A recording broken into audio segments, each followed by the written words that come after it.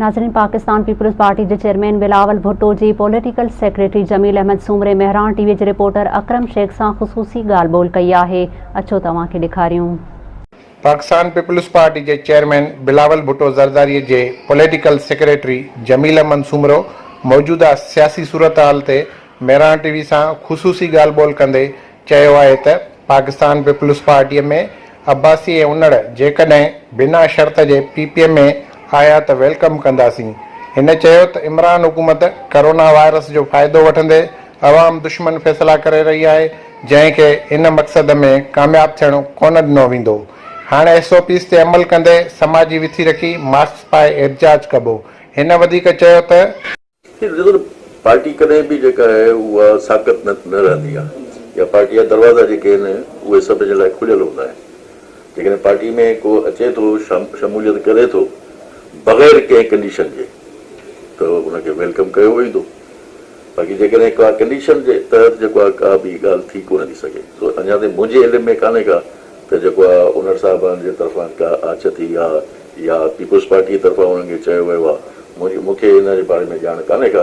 बाक़ी हाणे पार्टी में जेको अहिड़ो दरवाज़ा त बंदि कोन कबा आहिनि, दरवाज़ा खुलियल हूंदा। नवां जेके नवां नौजवान आहिनि उहे बि पार्टियूं जेके जॉइन कंदा आहिनि, जेके सियासी ख़ानदान हूंदा आहिनि उहे बि पार्टियूं जॉइन कंदा आहिनि। पंहिंजनि फ़ैसिलनि खे जेको आहे उहो पहिरियां फ़ैसिला जेके उन्हनि जा थियल हूंदा हुआ उन्हनि खे ग़लति तस्लीम करे पार्टी जी क़यादत मुंहिंजे इन 11 जे इलेक्शन खां बाद में इन खां मां इहो चवंदुमि त ड्रेनेज जी हिकिड़ी वॾी स्कीम जेका आहे उहा चेयरमैन साहब पंहिंजी हिते मीटिंग कई हुई, जंहिंमें मिनिस्टर्स भी हुआ, उनमें डेमोक्रेसी भी हुई, उनमें चीफ मिनिस्टर साहब भी हो। तो उनमें हिकिड़ी वॾी स्कीम हुई डिस्पोजल्स जी, जेके 5 डिस्पोजल्स जेके आहिनि उन्हनि खे ठाहिण जी।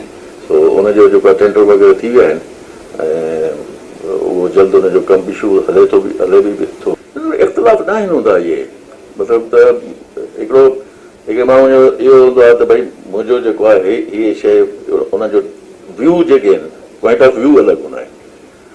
त हिकिड़ी जमहूरी पार्टी, हिकिड़ी सियासी पार्टी, उनमें जेकॾहिं जेको आहे उहो पॉइंट ऑफ व्यू में जो डिफरेंस जेकॾहिं उहो आहे त उहो इख़्तिलाफ़ उनखे नथो थी सघे।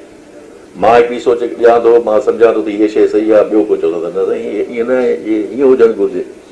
टियों इहो चवंदो त मुंहिंजे ख़्याल में त इहा ईअं हुजणु घुरिजे। त इहे ख़्याल आहिनि ऐं उन्हनि खे इख़्तिलाफ़ न अचे जॾहिं त इहो कोन्हे को त जेको आहे को कंहिंजूं टंगूं कढंदो आहे असां वटि, या को कंहिंजो जेको आहे उहे ख़िलाफ़ वेठो जेको आहे मीडिया में या प्रेस में जेको आहे उहो सिर्फ़ु प्रोपेगेंडा आहे।